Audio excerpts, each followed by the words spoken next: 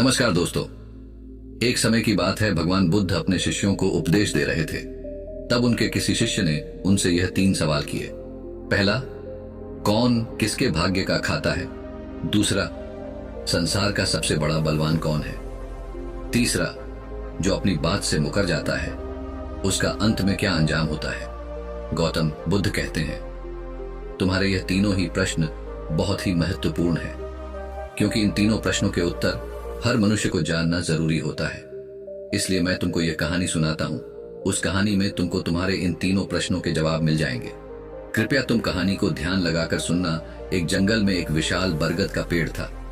उस पेड़ पर एक बाज पक्षी रहता था। उस बरगद से थोड़ी ही दूर पर एक बिल था। उस बिल में एक सर्प रहता था। फिर एक दिन जैसे ही सर्प दिल से बाहर निकलने लगा तो उस सर्प को वह बाज पक्षी देख रहा था। जब वह सर्प बिल से बाहर निकालने लगा तो उसी समय बाज सर्प पर झपटा, परंतु सर्प अपने बिल से अधिक बाहर नहीं निकला था, इसलिए वह वापस बिल में चला गया। फिर थोड़ी देर बाद सर्प ने अपना मुंह बिल से बाहर निकाला और देखने लगा कि बाज पक्षी यहीं पर है या कहीं पर चला गया। फिर वह बाज पक्षी दोबारा उस सर्प पर झपटा, परंतु वह फिर से वापस अपने बिल के अंदर छुप गया। जैसे ही सर्प अपने बिल से बाहर निकलने का प्रयास करता तो बाज उस पर हमला करता और उसे उठाकर ले जाने की कोशिश करता। बाज मन में सोच रहा था कि जब भी तू बाहर निकलेगा तो मैं तुझे अपना भोजन बना लूंगा।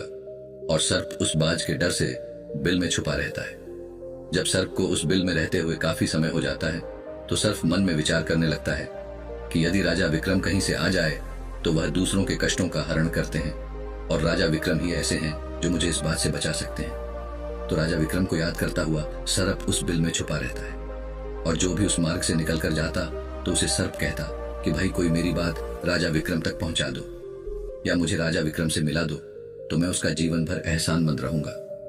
फिर एक दिन राजा विक्रम जो दूसरों के दुखों को दूर करते थे वह जंगल में जा रहे थे और उसी मार्ग से निकल कर जा रहे थे। तभी सर्प को पता चला कि रास्ते से कोई जा रहा हो तो वह सर्प बिल के अंदर से ही कहने लगा, भाई कोई मुझे राजा विक्रम से मिला दे तो मैं उसका जीवन भर एहसानमंद रहूंगा। यह बात जब राजा विक्रम ने सुनी तो राजा विक्रम कहने लगा, क्यों भाई, आपको राजा विक्रम से क्या काम है? तो सर्प कहने लगा, देखो भाई, राजा विक्रम दूसरों के दुखों का हरण करते हैं और मैं बहुत दिनों से इसी बिल में पड़ा हुआ हूं। मैं बहुत दुखी हूं। यदि मैं इस बिल से बाहर निकलता हूं तो इस वृक्ष पर एक बाज पक्षी का निवास है। वह बाज मुझ पर उसी समय हमला करता है, इसलिए मैं इस बिल से बाहर नहीं निकलता हूं और ना ही मुझे कुछ खाने को मिलता है। मैं ऐसे ही इस बिल में पड़ा हुआ हूं, ऐसे ही अपना जीवन व्यतीत कर रहा हूं। राजा विक्रम कहने लगे कि हे सर्पराज, मैं ही राजा विक्रम हूं, बताओ तुम्हारे कष्ट का निवारण कैसे करूं? तो सर्प कहने लगा, हे महाराज, जैसा आपको उचित लगे ऐसा ही कीजिए, लेकिन मेरा इस बात से पीछा छुड़ा दीजिए, नहीं तो यह एक दिन मुझे मार डालेगा। राजा विक्रम कहने लगे, हे सर्पराज, तुम कहो तो मैं तुम्हें इस वन में कहीं दूर छोड़ दूं। सर्प कहने लगा, महाराज, जब आप मुझे दूर छोड़ने जाओगे तो ये बाज हमें देख लेगा और ये वहीं पर जाकर फिर से बैठ जाएगा और मौका मिलते ही ये मुझे मार डालेगा। राजन, आप मुझे कुछ समय के लिए आपके अंदर में बिठा लीजिए। आप पेट में बैठने के लिए मुझे स्थान दे दीजिए। जब इस बाज को पता नहीं चलेगा कि सर्प कहां गया और मैं तुम्हारे साथ इस वन से बहुत दूर चला जाऊंगा और आगे जाने के बाद मैं तुम्हारे पेट से बाहर आ जाऊंगा। राजा विक्रम कहने लगे, ठीक है सर्पराज, आप मेरे पेट में प्रवेश कर जाइए। राजा विक्रम अपना मुंह खोल देते हैं और वह सर्प राजा विक्रम के पेट में प्रवेश कर जाता है और राजा विक्रम के पेट में जाकर के बैठ जाता है। जब राजा विक्रम वन में आगे गए और आगे काफी दूर पहुंचने के बाद उस सर्प से कहने लगे कि हे नागराज, अब आप मेरे पेट से बाहर आ जाइए। अब यह सुनसान वन है, इसमें कोई बाज आपको परेशान नहीं करेगा। यह बात सुनकर नागराज कहने लगा कि नहीं महाराज, अब मैं आपके पेट से बाहर निकलने वाला नहीं हूं। राजा विक्रम ने कहा, क्यों भाई, आपने तो मुझसे यह वादा किया था कि आप मुझे आगे सुनसान वन में छोड़ देना, मैं आपके पेट से बाहर निकल जाऊंगा। अब क्या हुआ, सुनसान वन आ गया, अब आप बाहर निकलिए। सांप कहने लगा कि देखो महाराज, जैसा रहने का आनंद आपके पेट में है वैसा उस बिल में नहीं मिलता। अब मैं तुम्हारे पेट से कभी बाहर नहीं निकालूं। राजा विक्रम मन में सोचने लगे कि यह तो बड़ा ही दुष्ट सर्प है, अब मैं क्या करूं? और उसके जहर के प्रभाव से महाराज विक्रम का पूरे शरीर से कोट फूटने लगा। महाराज विक्रम के शरीर से कोट निकल आया। राजा विक्रम मन में सोचने लगे कि अब मैं यदि राजधानी को वापस जाऊंगा तो यह अभी संभव नहीं है, क्योंकि मैं इस वक्त कोढ़ी हो गया हूं और मुझे इसी वन में रहकर इस नागराज से भी छुटकारा पाना है। यह सोचकर महाराज विक्रम एक पेड़ के नीचे झोपड़ी बनाकर सो जाते हैं। उनके शरीर से कोट टपकने लगा और बदबू आने लगी, जो कि सर्प का जहर था। सर्प कुंडली मारकर राज विक्रम के पेट में बैठा हुआ था। राजा विक्रम उस वन में पड़ी हुई एक कोड़ी की हालत में है। अब इधर उन्हीं के समय एक प्रसिद्ध जनपद था। श्रावस्ती और श्रावस्ती नगरी के महाराजा थे ताम्रध्वज महाराज। ताम्रध्वज के 3 पुत्रियां थीं और राजा ताम्रध्वज बड़ा अहंकारी और बड़ा ही अभिमानी राजा था। फिर एक दिन उसने अपनी तीनों बेटियों से पूछा कि बताओ बेटियों, तुम किसके भाग्य का खाती हो? फिर उनमें से 2 बेटियां तो राजा के डर से कहती हैं कि पिताजी, हम तो आपके भाग्य का ही खाते हैं। परंतु उनमें से राजा की एक चित्ररेखा नामक बेटी थी। वह चित्ररेखा अपने पिता ताम्रध्वज कहती हैं कि नहीं पिताजी, मैं किसी के भाग्य का नहीं खाती हूं, मैं तो केवल अपने ही भाग्य का खाती हूं। उस बेटी की बात सुनकर राजा को बहुत क्रोध आया और राजा ने उसी समय नाई और ब्राह्मण को बुलाया और नाई और ब्राह्मण से कहने लगा, किरी, इन दोनों बेटियों का रिश्ता तो आप किसी राजा के यहाँ करके आइए, और जो यह बड़ी वाली बेटी है इसका रिश्ता किसी कूड़ी कलंक की या जिसके हाथ पैर नहीं हो उसके साथ करके आइए। फिर राजा का आदेश मिलते ही नाई और ब्राह्मण उन तीनों बहनों का रिश्ता करने के लिए चल देते हैं। उन्होंने राजा की दोनों छोटी बेटियों का रिश्ता तो राजवंशों में कर दिया, परंतु तीसरी बेटी के लिए वर ढूंढते ढूंढते हुए उसी वंश से निकाल कर जा रहे थे जिस वन में राजा विक्रम अपनी झोपड़ी में कोड़ी के रूप में पड़े हुए थे। उनके शरीर से कोड़ बह रहा था। तो राजा विक्रम को देखकर नाई और ब्राह्मण आपस में कहने लगे कि इससे अच्छा तो कोई व्यक्ति हमें नहीं मिलेगा, इसलिए इसके साथ ही राजा की लड़की का संबंध करके चलते हैं। फिर राजा विक्रम के साथ नाई और ब्राह्मण ने राजा ताम्रध्वज की लड़की चित्रलेखा का विवाह तय कर दिया और राजा ने भी बहुत जल्दी ही चित्रलेखा को उस वन में ले जाकर कि वहीं उस खड़ी राजा विक्रम के साथ उसका विवाह संपन्न कर दिया। राजा विक्रम जैसे महापराक्रमी राजा समय की चपेट में आ गए और एक कूड़ी का जीवन गुजार कर रहे थे। वह लड़की बड़ी पतिव्रता थी। वह अपने पति राजा विक्रम की सेवा करती थी और वह दोनों छोटी बहनें जो थीं वह बड़े बड़े राजाओं के घर में गई तो वह तो आराम की जिंदगी जी रही थी, लेकिन चित्रलेखा राजा विक्रम के साथ दुखी जीवन काट रही थी। कहते हैं जो अपने नियम और सिद्धांतों पर रहता है और जो धर्म का पालन करता है, ईश्वर हमेशा उसे सुखी रखना ही पसंद करता है। भगवान उसे हमेशा आनंद प्रदान करता है। इसलिए जब उस झोपड़ी में रहते रहते चित्ररेखा को राजा विक्रम के साथ बहुत दिन बीत जाते हैं तो उस झोपड़ी के पास एक पीपल का वृक्ष था और उस वृक्ष के नीचे एक दूसरा सर्प का बिल था। तो एक दिन विक्रम सो रहे थे और रात्रि का समय था और चित्रलेखा महाराज विक्रम की सेवा कर रही थी। उसी समय उस बिल से एक सर्प बाहर निकलता है और बाहर निकलकर जो राजा विक्रम के पेट में सर्प था उस सर्प से कहने लगता है, अरे दुष्ट, अपने वचन से मुकर गया। तूने तो महाराज विक्रम से कहा था कि मैं दूर वन में जाकर तुम्हारे पीठ से बाहर निकल जाऊंगा, और तो ऐसे परोपकारी राजा के पीठ में जाकर के बैठ गया। तुम्हारे जहर के कारण राजा के पूरे शरीर से कोट निकाल आया। अरे तुझे शर्म नहीं आई कि तूने कितना गलत काम किया है? क्योंकि इतने समय में राजा विक्रम न जाने कितने ही जीवों का दुख दूर करते हुए सर्प आगे कहता है, यदि कोई सुन रहा हो तो मैं तेरे मरने का उपाय बताता हूँ। यदि कोई गंगा जल लाकर के इस राजा को पिला दे तो तेरे उसी समय 100 टुकड़े हो जाएंगे और मल के रास्ते से बाहर निकल जाएगा। अब राजा के पेट के अंदर बैठा हुआ जो सर्प था वह दूसरे सर्प से कहने लगा कि तेरे जैसा भी मैंने कभी नहीं देखा। धन के खजाने पर कुंडली मारकर बैठा है। यदि यह धन मानव समुदाय के कल्याण के लिए लगाया जाता तो इससे न जाने कितने मानवों का भला होता।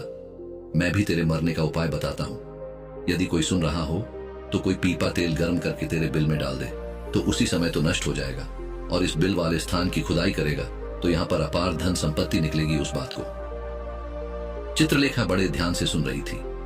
चित्रलेखा ने मन में विचार आया, यह राजा विक्रम है और इनके पेट में एक सर्प बैठा हुआ है, इस कारण महाराज के शरीर से कोड़ निकाल रहा है। तो वह बेचारी चित्रलेखा एक आर्षि के आश्रम पर पहुंचती है और उन आर्षि से अनुरोध करती है कि महात्मा, मुझे 1 गिलास गंगाजल की आवश्यकता है।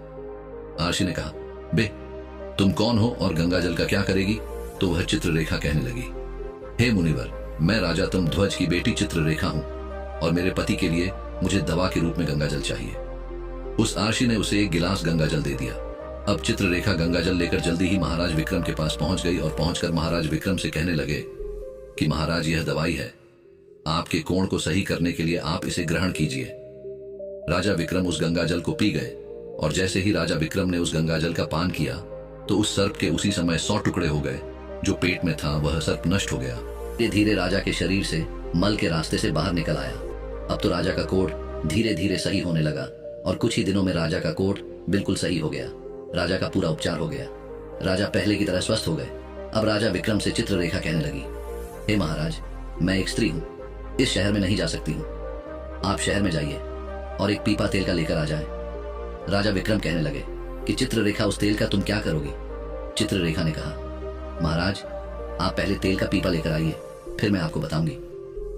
फिर चित्ररेखा की बात सुनकर राजा विक्रम बाजार में जाते हैं और वहां से एक पीपा तेल का लेकर आते हैं। फिर चित्ररेखा वहां आग जलाती है और उस आग पर उस तेल को गर्म करती है और गर्म करके उस सर्प के बिल में खाली कर देती है। जैसे ही उस बिल में वह गर्म तेल डाला गया तो सर्प की मृत्यु हो गई। राजा विक्रम से चित्ररेखा कहने लगी कि महाराज स्थान को खोद दीजिए। फिर राजा विक्रम ने जब उस स्थान की खुदाई की तो वहां से अपार धन संपत्ति निकाली। चित्ररेखा कहने लगी, महाराज देखिए, मैं जानती हूँ कि आप जय नरेश राजा विक्रम हैं, परंतु मेरे पिता ने मेरा अपमान किया है और मुझे एक कोढ़ाई को दिया था, परंतु मैं मेरे भाग्य का खाती हूँ, इसलिए इसी स्थान पर मेरे पिता का जो महल है उससे अच्छा महल बनना चाहिए। राजा विक्रम कहने लगी, चित्ररेखा तुम कैसी बातें कर रही हो? हम नरेश हैं, भला यहाँ पर महल क्यों बनाएंगे? आप उज्जैन नगरी को चलिए। परंतु राजा विक्रम के कहने पर भी चित्ररेखा नहीं मानी। फिर राजा विक्रम ने उस वन में एक शानदार महल का निर्माण करवाया। इस संसार में सबसे बलवान समय होता है और कोई बलवान नहीं होता है। जिसका समय अच्छा होता है वह आगे बढ़ता रहता है और जिसका समय खराब हो जाता है, जिसका समय विपरीत होता है, वह पतन की ओर अग्रसर हो जाता है। राजा ताम्रध्वज पर एक दूसरा राजा आक्रमण कर देता है और उस आक्रमण में तमध्वज पराजित हो जाता है और राज अपने परिवार सहित प्राण बचाने के लिए उसी वन में पहुंच जाता है। जब वन में राजा भूखा प्यासा भटक रहा था, फटे हुए वस्त्र और भूख से पीड़ित और प्यास से राजा का गला सूखा जा रहा था, तो राजा घूमते घूमते उस चित्ररेखा और राजा विक्रम के महल के नजदीक से गुजरता है। तो चित्ररेखा अपने पिताजी को पहचान जाती है। चित्ररेखा ने अपने एक सेवक को भेजा और सेवक भेजकर महाराज ताम्रध्वज, जो कि एक फटी हुई हाल में थे, उनके पास वस्त्र नहीं थे, उन्हें बुलवाया। ताम्रध्वज ने सोचा कि यह न जाने कौन है और हमें क्यों बुला रही है। जब राजा ताम्रध्वज उस लड़की के पास पहुंचे तो लड़की को पहचान लिया।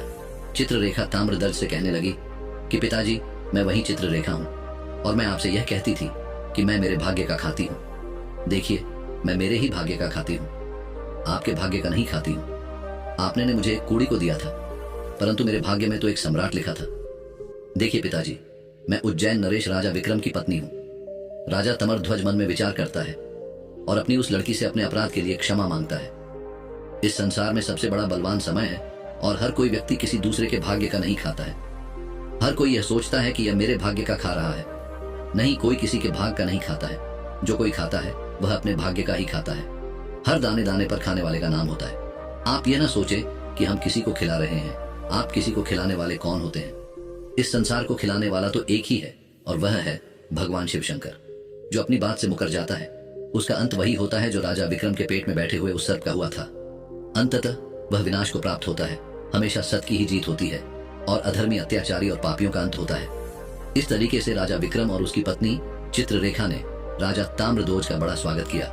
वह राजा विक्रम महाराज ताम्रध्वज को अपने साथ उज्जैन ले आए और बाद में राजा विक्रम ने अपनी सेना राजा ताम्रध्वज के साथ भेजी और जिस राजा ने ताम्रध्वज को पराजित किया था उससे अपना राज्य वापस पा लिया। जिसकी किस्मत अच्छी होती है, जिसके कर्म अच्छे होते हैं, उसे ईश्वर कहीं ना कहीं से देता है। हम और तुम तो अपने परिवार का पालन करने में भी हिचक जाते हैं, लेकिन इस संसार का पालन करने वाले को देखिए, वह पूरे संसार का हर जीव जंतुओं का ध्यान रखता है। वीडियो अगर पसंद आया हो तो वीडियो को और अपने दोस्तों के साथ शेयर करें। धन्यवाद और कमेंट करके बताएं वीडियो कैसी लगी। हमें आपके सपोर्ट की बहुत आवश्यकता है। धन्यवाद।